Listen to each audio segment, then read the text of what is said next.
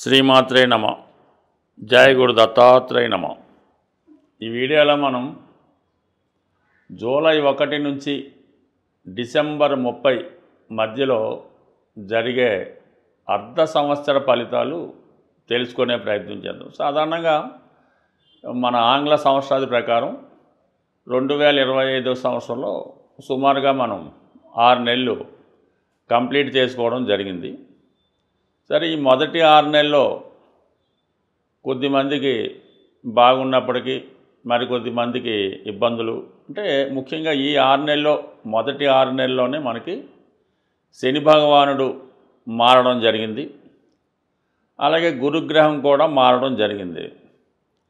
అలాగే రాహు కేతువు కూడా ఈ మొదటి 6 నెలల్లో మారడం వల్ల కొంతమందికి అనుకూలంగాను మరికొంతమందికి ప్రతికూలంగాను రావడం జరిగింది. అయితే ఈ ద్వితీయార్థంలో అంటే సెకండ్ హాఫ్ జూలై నుంచి డిసెంబర్ మధ్యలో మేజర్ గ్రహాలైనటువంటి శని, గురువు, రాహువు, కేతువు పెద్దగా వీటి మీద మార్పులే ఉండే అవకాశం లేదు. యాస్టీజ్గా ఈ గ్రహాలన్నీ కూడా అదే పొజిషన్లో డిసెంబర్ 31 వరకు ఉండడం జరుగుతూ ఉంటుంది. అయితే ముఖ్యమైనటువంటి గ్రహాలు శని భగవానుడు, గురుగ్రహం వక్రగమనం పొందడం జరుగుతుంది. మరి ఈ రెండవ 6 నెలల్లో నవంబరు 12వ తారీఖు నుంచి గురుగ్రహం వక్రగమనం పొందడం జరుగుతుంది. ఎప్పటిదాకా? మార్చి 11 వరకు కూడా ఈ గురుగ్రహం అంటే మనకి ఈ అర్ధ సంవత్సరంలో ఈ నవంబర్ 12 నుంచి సుమారు ఒక 50 రోజులు గురువు వక్రించే ఉంటాడు. దాని తర్వాత కూడా కొన్నాళ్ళు వక్రగమనం, అది నెక్స్ట్ వీడియోలో తెలుసుకుందాం. అలాగే అక్టోబరు 13వ తారీఖు నుంచి శనిగ్రహం వక్రగమనం పొందడం జరుగుతుంది. జనవరి 20 వరకు అంటే ఇంచుమించుగా ఈ అక్టోబర్ 13, నవంబరు, డిసెంబర్ మొత్తం శనిగ్రహం మనకి మీనరాశి అందే వక్రగమనం పొందడం జరుగుతుంది. అంటే ఈ వక్రగమనం పొందడం వల్ల కొంతమందికి అనుకూలంగాను మరికొంతమందికి ప్రతికూలంగాను మారడం జరుగుతుంటుంది. అంటే వక్రించిన గ్రహం ఏం చేస్తుందంటే తను ఉన్న స్థానం నుంచి 12వ స్థానాన్ని కూడా వీక్షించడం, అంటే అక్కడ ఫలితం కూడా ఇవ్వడం జరుగుతుంది. ఆ విధంగానే దృష్టి కూడా మరి ఈ 3 భావాల మీద అంటే శనికి ఉన్నటువంటి 3, 10 భావాలతో పాటు 7వ భావం యొక్క దృష్టి కూడా మారడం జరుగుతూ ఉంటుంది. అంటే డబల్ యాక్టింగ్ చేయడం జరుగుతూ ఉంటుంది. అలాగే గురుగ్రహం కూడా మనకి నవంబర్ 12 నుంచి వక్రగమనం పొందడం వల్ల ఇంచుమించుగా మళ్ళా బ్యాక్ వచ్చి ఫలితం ఇచ్చినట్టు కనబడుతుంటుంది. అయితే ఈ వక్రించిన గ్రహాలు ప్రధానంగా ఏం చేస్తాయంటే మనం ఒక మొదటి 6 నెలలు చేసిన ప్రయత్నాల్లో ఏమైనా విఫలమై ఉంటే ఈ గురువు వక్రించినప్పుడు మళ్ళీ ఇంకొకసారి ప్రయత్నం చేయమని ఆ గురుగ్రహం మనకి చెప్తూ ఉంటుంది. మనం ఏదో వివాహం కొరకో, ఉద్యోగం కొరకో, ఏదైనా ధనం కొరకో, సంతానం కొరకో ప్రయత్నం చేసి ఉంటాం. ఈ సమయంలో అంటే మంచుమించు జనవరి నుంచి అనుకొని మనకి నవంబర్ 11 వరకు ఏ ప్రయత్నం చేసినా విఫలమైంది. కాబట్టి గురువు వక్రించిన తర్వాత ఏంటంటే మళ్ళీ ఇంకొకసారి మనం ప్రయత్నం చేస్తే ఆ ప్రయత్నం నెరవేరే అవకాశం ఉంది. అంటే సాధారణంగా ఎవరి జన్మజాతకంలో గురువు వక్రగమనంలో ఉంటాడో వాళ్ళకి పనులన్నీ కూడా గురువు వక్రించి ఉన్నప్పుడు మాత్రమే జరుగుతుంటాయి. అంటే గోచార రీత్యా గురువు వక్రించి మీ జన్మజాతకంలో గురువు వక్రించి ఉంటే కంపల్సరిగా ఈ గురువు వక్రించినప్పుడు మీరు ఏ పని తలపెట్టినా అవ్వడం జరుగుతూ ఉంటుంది. కాని వారు కూడా ఇంకొకసారి ప్రయత్నం చేస్తే ఫలితం దక్కుతుంది. అప్పటికి కూడా అవ్వకపోతే దాన్ని కంప్లీట్గా వదిలివేయచ్చు. శని భగవానుడు కూడా మనకి అక్టోబర్ 13 నుంచి వక్రగమనం పొందడం జరుగుతుంది. శని ఉద్యోగకారకుడు కాబట్టి మరి గతంలో ఉద్యోగ ప్రయత్నం చేసి ఫెయిల్ అయినా లేదా మనకి ఉద్యోగం పోగొట్టుకున్నా తిరిగి సంపాదించడానికి ఈ శని భగవానుడు మీకు అనుకూలిస్తాడు. అలాగే మీ జన్మజాతకంలో శని భగవానుడు వక్రించుంటే గోచార రీత్యా శని వక్రించినప్పుడు మీకు సాధారణంగా శుభ ఫలితాలు రావడం జరుగుతుంటుంది. అందుకనే చాలామంది గురుబలం పెరగాలన్నా శని బలం కావాలన్నా వారి జన్మజాతక ప్రకారం వక్రించిన టైం కొరకు ఎదురు చూస్తుంటారు. కామన్గా ఆ వక్రించినటువంటి సమయంలో చాలా వరకు వారి పనులు కూడా సక్సెస్ అవ్వడం జరుగుతుంటుంది. ఇది కొంత అనుభవం బట్టి అది ఉంటుంది కాబట్టి మనం ఉపయోగించుకున్న దాన్ని బట్టి ఆ ఫలితం ఉంటుంది. కాబట్టి కొన్ని ముఖ్యమైన ఫలితాలు రేపు 6 నెలల్లో ఏ ఏ రాశికి ఏ విధంగా జరుగుతుంది అన్న విషయాన్ని తెలుసుకునే ప్రయత్నం చేద్దాం ఈ వీడియోలో. మీనరాశి వారికి జూలై 1 నుంచి డిసెంబర్ 31 మధ్యలో జరగబోయే అర్ధ సంవత్సర ఫలితాలు ఒకసారి రివ్యూ చేసుకుందాం. వీరికి ప్రస్తుతం జన్మశని నడుస్తుంది. సరే, జన్మశని దాని ప్రభావం ఈ పాటికే కొంత మీకు అనుభవంలోకి వచ్చి ఉంటుంది. ఎందుకంటే వచ్చి ఆల్రెడీ ఒక 3 నెలలు అయింది కదా, దాన్ని బట్టి కొంత అర్థమై ఉంటుంది. అయితే అక్టోబర్ 13 నుంచి శని వక్రించి మళ్ళీ బ్యాక్ రావడం జరుగుతుంది. అంటే కుంభరాశిలోకి వచ్చి అక్కడ ఉన్నటువంటి రాహుతో కలియడం జరుగుతుంది. అయితే అప్పుడు ఏమవుద్దంటే ఈ మీనరాశి వారికి శని పైన ఒత్తిడి తగ్గుతుంది అన్నమాట. కొద్ది ఫ్రీ అనేది అనిపిస్తుంది అన్నమాట. అంత భారం, అంత ఒత్తిడి ఉండదు. మీ తల మీద ఇప్పుడు ఒక 100 కేజీల బస్తా ఉంది, మీరు దాన్ని ఆ బస్తాతో ప్రయాణం చేస్తున్నారు. ఈ అక్టోబరు 13 తర్వాత ఏమవుద్దంటే టెంపరీగా ఒక 50 కేజీలు బరువు తగ్గుద్ది అంతే, అంత మించి ఏం పూర్తిగా తగ్గదు. అయితే తేలికవుతుంది. అప్పుడు దాకా 100 కేజీలు మోసినోడికి ఈ 50 కేజీలు పెద్ద సునాయాసంగా ఉంటుంది, కొంచెం ఫ్రీ అవుతారు. అదే 12లోకి రావడం వల్ల ఏమైందంటే మీరు బాధ్యతలు పెట్టవలసినవి, కట్టవలసినవి పెరుగుతాయి. అంటే ఇక్కడ ఆల్రెడీ రాహు ఉన్నాడు, కొంత అనవసరంగా స్నేహితులకి వాళ్ళకి వీళ్ళకి పనికిరాని బ్యాచ్కి మెయింటైన్ చేస్తున్నారు, అది నడుస్తూ ఉంటుంది. ఇప్పుడు మళ్ళీ కొత్త బ్యాచ్ స్టార్ట్ అవుతుందన్నమాట.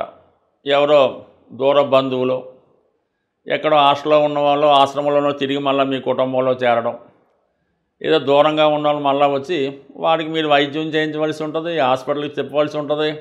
ఈ విధంగా మీ యొక్క శ్రమ పెరుగుతూ ఉంటుంది. ఈ విధంగా మీకు కొంత రిలీఫ్ తగ్గించినప్పుడు కూడా ఫైనాన్స్ బర్డెన్ ఎక్కువగా పెరుగుతుంది. అది జాగ్రత్తగా ప్లాన్ చేసుకోకపోతే చాలా ఇబ్బంది పడవలసి ఉంటుంది.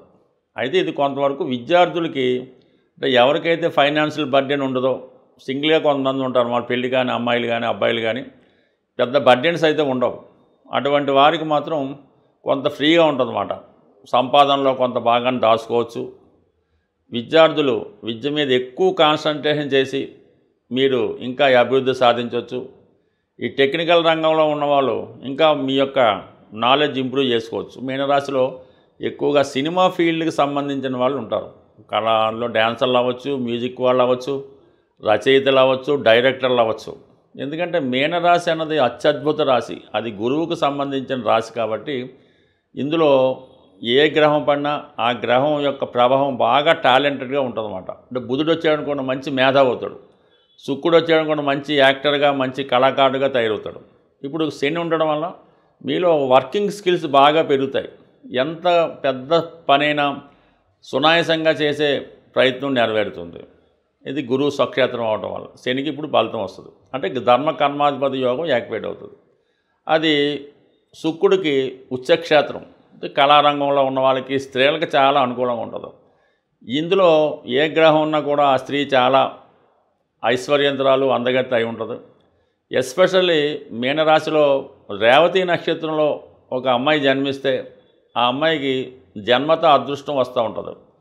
వారికి ఎవరిని పెళ్లి చేసుకుంటే ఆ అమ్మాయిని వాడు అదృష్టవంతుడిగా మారుతూ ఉంటాడు. అందువల్ల రేవతి నక్షత్రం మీద ఏ గ్రహం పడినా ఒక గ్రహం ఉంటే చాలు, ఆ జాతకుడు చాలా వరకు దాంతో నెట్టుకొచ్చేయడం జరుగుతూ ఉంటుంది. అంటే ఒక గ్రహం మనకు బలంగా ఉందనుకోండి, ఆ గ్రహ కారకత్వాల్లో సక్సెస్ వచ్చేస్తూ ఉంటుంది అన్నమాట. బుధుడు ఉంటే చదువు వల్ల, గురువు ఉంటే జ్ఞానం వల్ల, శని ఉంటే వృత్తి వల్ల ఈ విధంగా సక్సెస్ రావడం జరుగుతుంది. జాగ్రత్తగా మేనేజ్ చేసుకుంటే మంచిది. ఇక మనకి గురువు 4వ స్థానంలో సంచరిస్తూ నవంబర్ 12 మాత్రం వక్రించి 3లోకి వస్తాడు. అంటే 3లోకి వచ్చి ఏమవుతుంది, 3, 7, 11 భావాలు యాక్టివేట్ చేస్తాడు. వివాహానికి సంబంధించిన ప్రయత్నాలు 100% నెరవేరుతాయి. అంటే సప్తమంలో గురువు ఉంటే ఏ ఫలితం ఇస్తాడో ఆ ఫలితం వస్తుంది.